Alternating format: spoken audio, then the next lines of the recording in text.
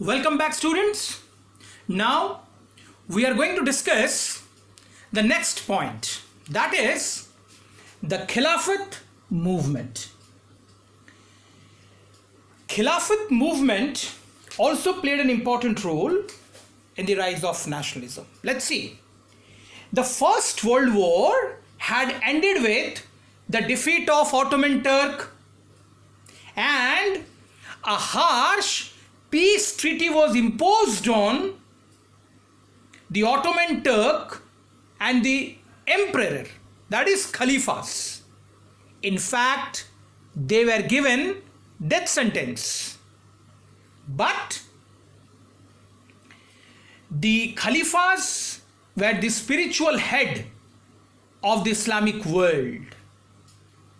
So, to defend the Khalifa's temporal powers, a Khilafat committee was formed in Bombay in the year 1919, which was led by young Muslim leaders, Ali brothers, Muhammad Ali and Shaukat Ali. Ali brothers, that is Muhammad Ali and Shaukat Ali, tried to organize a mass Khilafat movement, but they were not successful. As a result, Muhammad Ali and Shaukat Ali began discussing with Mahatma Gandhi about the possibility of a united mass action on this issue. Now, Gandhiji got the right spot.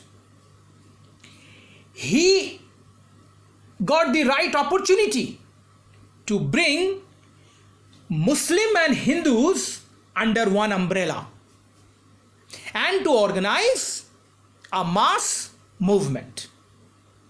So, in the year 1920, he organized Khilafat non-cooperation movement, the first mass movement against the British rule in India.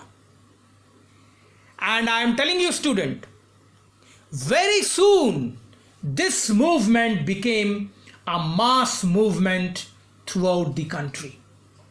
Khilafat non-cooperation movement made the Britishers impossible to defend themselves against the Indians.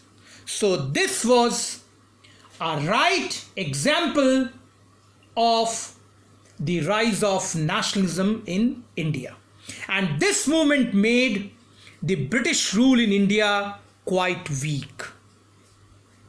So our next point of discussion will be non-cooperation movement or Khilafat non-cooperation movement.